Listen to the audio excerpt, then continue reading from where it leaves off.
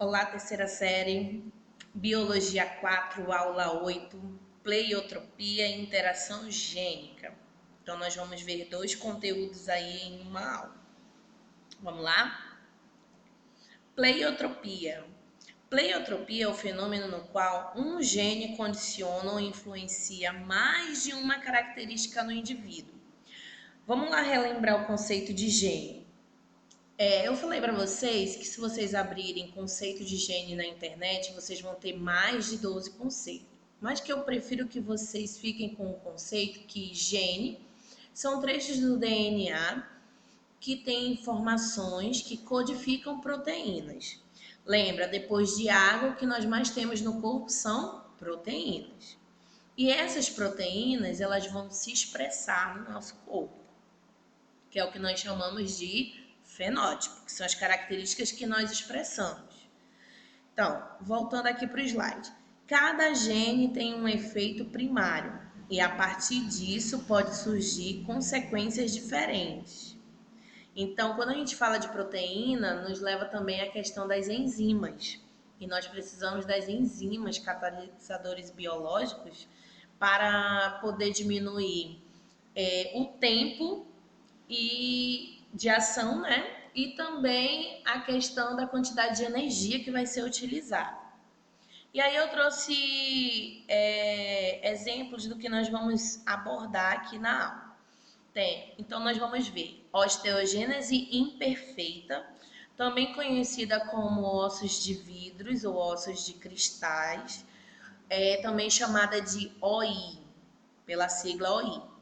Síndrome de Marfan, fenilcetonúria, também conhecida pela sigla PKU, e anemia falciforme. Vamos começar pela osteogênese imperfeita. A osteogênese imperfeita ela é uma herança autossômica dominante, ok? Então, as manifestações clínicas da OI, lembra que OI é a sigla para osteogênese imperfeita, variam muito de grau e intensidade de acordo com o tipo da desordem instalada. Então, vamos ver a OI tipo 1. Ela é uma forma leve, não deformante, que se manifesta mais tarde, aos 20, 30 anos, com perda leve da resistência óssea. Tipo 2 é a forma mais grave de todas. Em geral, os portadores morrem ainda dentro do útero ou logo depois do nascimento devido às fraturas. OI tipo 3. Surgem deformidades graves como consequência das fraturas espontâneas e do encurvamento dos ossos. Dificilmente o paciente consegue andar. OI tipo 4. Deformidades moderadas na coluna, curvatura nos ossos longos, especialmente nos das pernas, e baixa estatura. E aí, gente, eu trouxe um vídeo para vocês assistirem que eu achei bem interessante e vai agregar aí para o nosso estudo sobre osteogênese imperfeita. Então, vamos lá assistir.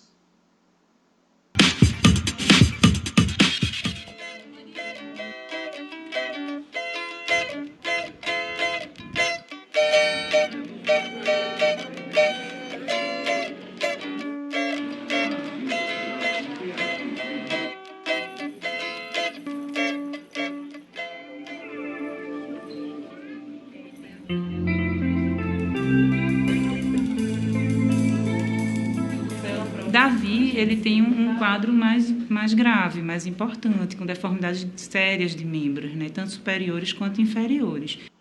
Quando Davi nasceu, que ele puxou, Davi não chorou. O pediatra fez todo o processo, né? Aí eu escutei o choro dele bem forte, sabe? Eu disse, ele está vivo. A osteogênese imperfeita é uma doença hereditária, genética, e ela se caracteriza por uma fragilidade óssea muito grande, que é causada por uma alteração no gene do colágeno. O diagnóstico da osteogênese imperfeita basicamente é feito com dados clínicos. Então, pacientes com histórias de fraturas frequentes, sem traumas, vamos dizer, correlatos. Então, são crianças que praticamente apresentam fraturas quase que espontâneas. Assim, logo quando ela nasceu, ela já nasceu com uma fratura aqui, né, na clavícula. E frequentemente ela tinha fraturas. Quando eu deitava ela, assim, às vezes ela fraturava, porque era muito fraco mesmo. Porque era assim, como o médico deu um exemplo, o osso dela é uma casca de ovo, né? Uma pancada que em nós não causaria uma fratura em si, como essa aqui, por exemplo, num paciente com osteose imperfeita, poderia levar a uma fratura. Até mesmo um movimento mais brusco. Então a médica viu que o feto não estava desenvolvendo como era para desenvolver. Aí ela achou que fosse osteogênese, mas como é uma doença rara, ela descartou. Então ela disse que depois de 17 dias nós batemos raio-x. Aí no raio-x ele estava com 7 fraturas, aí foi diagnosticado, 17 dias após de nascido. O médico achou no começo que era nanismo, por conta do meu útero, que era muito pequeno. Para mim, eu nunca tive meu filho como uma pessoa especial. Especial, eu sei que ele é como os outros dois são especiais para mim. Ele não tem nenhuma deficiência que eu veja como disse. Se você não tem medo de quebrar ele, não. Eu nunca tive medo de pegar em meu filho, como eu pego, como eu dou banho para quebrar. Ele não quebra. Você pode pegar dele que ele não quebra. Ele nunca quebrou. Desde quando ele está comigo, as fraturas que ele teve, que Davi teve, foi durante o parto, na hora de puxarem ele. Mas quando ele está comigo, com Cleonice, eu disse, minha gente, vocês podem pegar em Davi, que Davi não quebra. É de cristal, mas não quebra.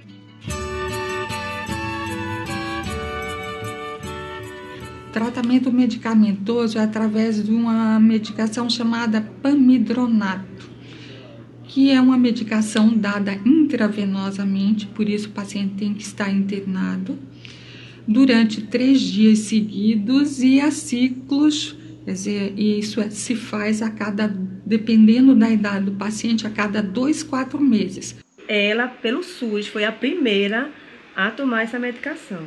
Comecei a tomar com 15 anos, passava 3 dias lá.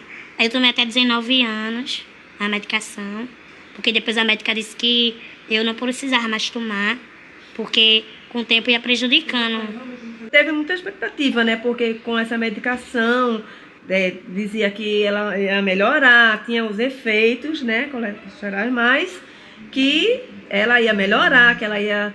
Porque só você de não ter mais fraturas foi uma coisa assim bem, né, que ajudou muito. Tive mais de 500 fraturas.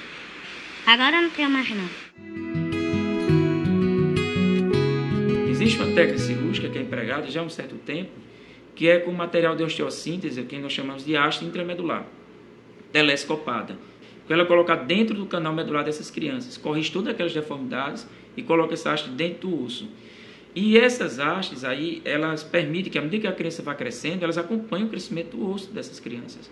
Através de Dr. Epitácio foi que eu vi que em Recife tinha um médico que fizesse a cirurgia com a haste telescópica. Eu acho que é telescópica. E aí foi colocado, ele já fez no fêmur esquerdo e nas tíbias a colocação de hastes.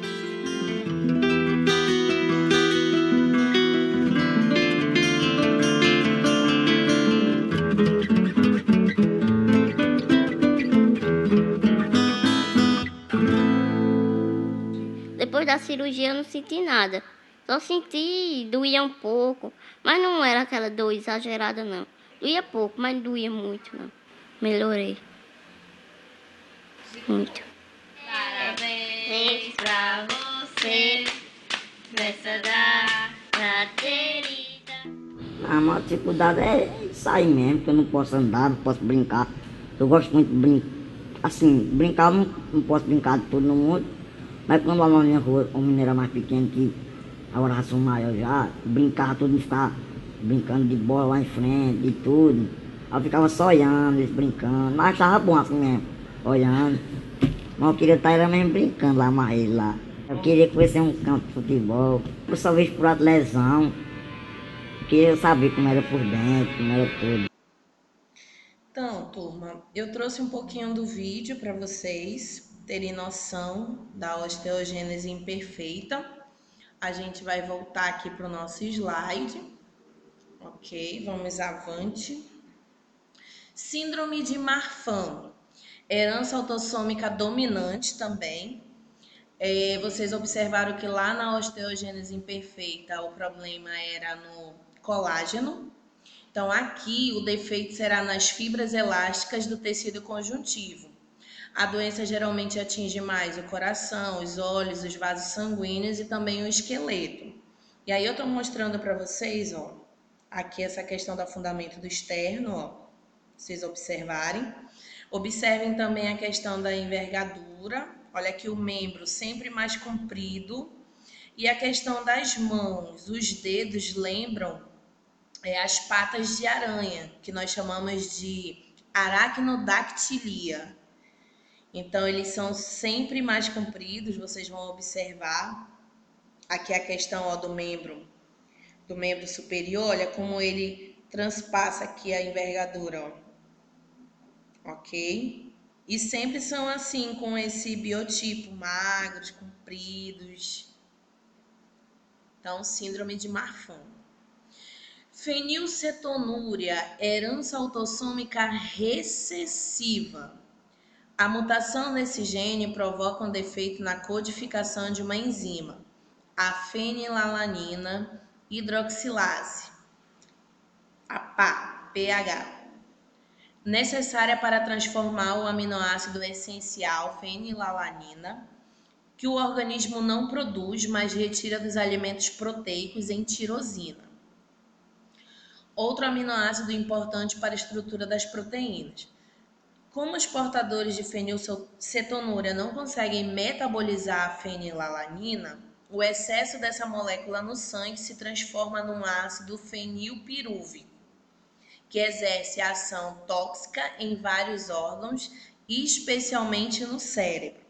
E aí, gente, ela acaba causando essa condição de biotipo. Então, vocês observam, ó, o cabelo claro, os olhos claros, a pele clara, com problemas dermatológicos na pele. Eles também podem exalar odor de mofo. A questão da urina também. Ele vai acabar excretando esse excesso. Então, a fenilcetonúria ela é detectada no teste do pezinho. Lembra que eu mostrei para vocês no início do slide, na abertura do slide, o teste do pezinho? Então, a fenilcetonúria ela pode ser detectada no teste do pezinho. Ela pode não, gente, ela é detectada, perdão. Ela também é conhecida pela sigla PKU, ok? E essas crianças precisam de uma dieta específica. Inclusive, a Coca-Cola ela coloca no rótulo dela a questão da fenilalanina, para que eles não façam essa ingestão, já que eles não têm a enzima que faz essa quebra da fenilalanina. Ok? Anemia falciforme. Anemia falciforme é causada por uma mutação genética que provoca a deformação dos glóbulos vermelhos. Lembra que os glóbulos vermelhos eles são de formato discoide. Então, a pessoa que tem anemia falciforme, devido a essa mutação, ela acaba ficando com os glóbulos vermelhos com a forma de foice. Daí o termo anemia falciforme. Então, para que seja portador da doença, é preciso que o gene alterado seja transmitido pelo pai e pela mãe. E aí eu coloquei essa imagem só para mostrar para vocês a troca de bases nitrogenadas. Então, observem aqui desse lado, ó, DNA normal. Então, tá aqui o DNA normal com seus códigos, ok? As bases nitrogenadas. Lembra que esses códigos são em trincas, códons, sempre de 3 em 3, por isso que está separadinho. E aí ele está mostrando, ó, uma hemoglobina, que é a proteína, cadeia beta normal, ok? Então, você observa aqui, ó, normal. Quando ocorre a mutação, nós vamos ter a troca do ácido glutâmico pela valina. E essa troca de base nitrogenada aqui, ó, trocou, era ácido glutâmico, trocou pela valina. Essa troca de base nitrogenada é que faz com que a hemoglobina da cadeia beta fique ciclêmica, ou seja, com um formato de foice. E aí ela não consegue transportar corretamente o oxigênio, e esse formato ainda faz com que elas fiquem aglomeradas nos vasos sanguíneos, causando vários problemas. Então, anemia falciforme. Ok? Interação gênica é o caso em que só um caráter é determinado pela interação de 2 ou mais pares de genes. E aí eu trouxe para vocês a herança quantitativa. Então, quando a gente fala em quantitativa, já estou falando em quantidade. Aí vocês vão dizer, mas quantidade de quê, professora? Nós vamos observar a quantidade aqui, ó, do número de genes efetivos. Então, eu quero que vocês observem que a herança quantitativa é uma forma peculiar de interação gênica, também conhecida como polimeria dos genes cumulativos ou aditivos, entre outros nomes que ela também é conhecida. Então, observem aqui, quando eu tenho Azinho, Azinho, Bzinho, Bzinho, ó, números de genes efetivos, 0. Então, o fenótipo será pele branca. Proporção fenotípica, 1:16. Lembra da segunda lei de Mendel que a gente trabalha com 2 características? Por isso que nós temos aqui 1:16, tá? Aqui, na segunda. Aqui você já observa que nós temos um alelo dominante, ó. Então, Azão, Azinho, Bzinho, Bzinho. Ou Azinho, Azinho, Bzão, Bzinho. Então, ele já vai ter como fenótipo pele marrom clara. E as proporções fenotípicas serão 4:16. Aqui, quando eu tenho 2 aditivos. Então, ó, Azão, Azinho, Bzinho, Bzinho.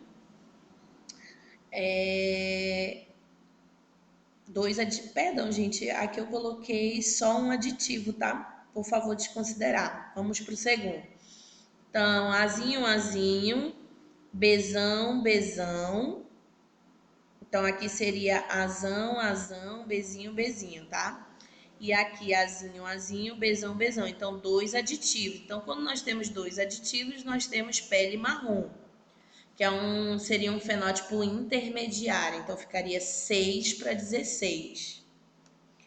Quando nós temos 3 aditivos, então, Azão, Azão, Bzão, Bzinho. Ou Azão, Azinho, Bzão, Bzão. Pele marrom escura. 4:16.